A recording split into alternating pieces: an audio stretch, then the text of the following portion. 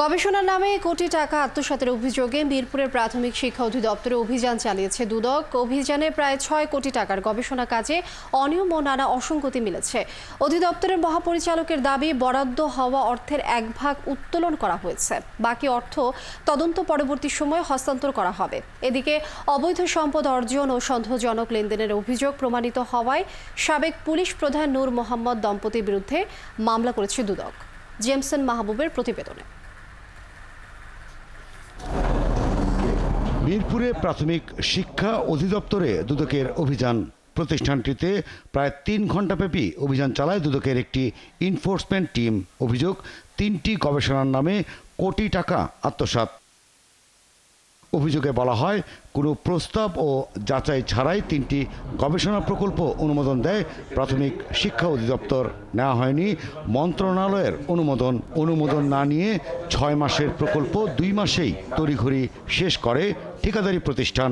তুলে নেওয়া হয় প্রকল্পের অর্থ। কাজ শেষ না করেই প্রকল্পের ৬.৫ কোটি টাকা উত্তোলন ও আত্মসাতের অভিযোগ ওঠে প্রাথমিক শিক্ষা অধিদপ্তরের বিরুদ্ধে। অভিযানে প্রকল্প সংক্রান্ত নথি জব্দ করে দুদক।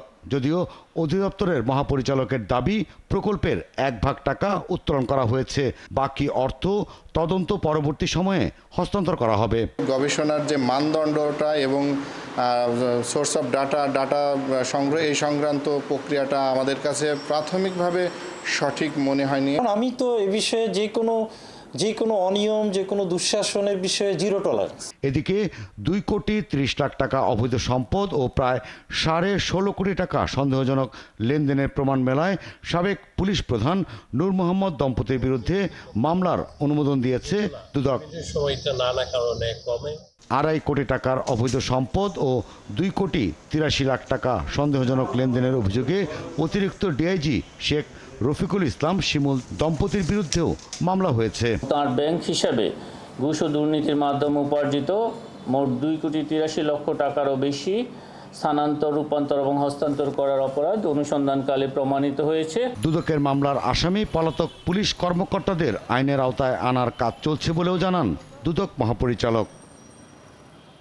জেমসন মাহবুব, ৭১, ঢাকা।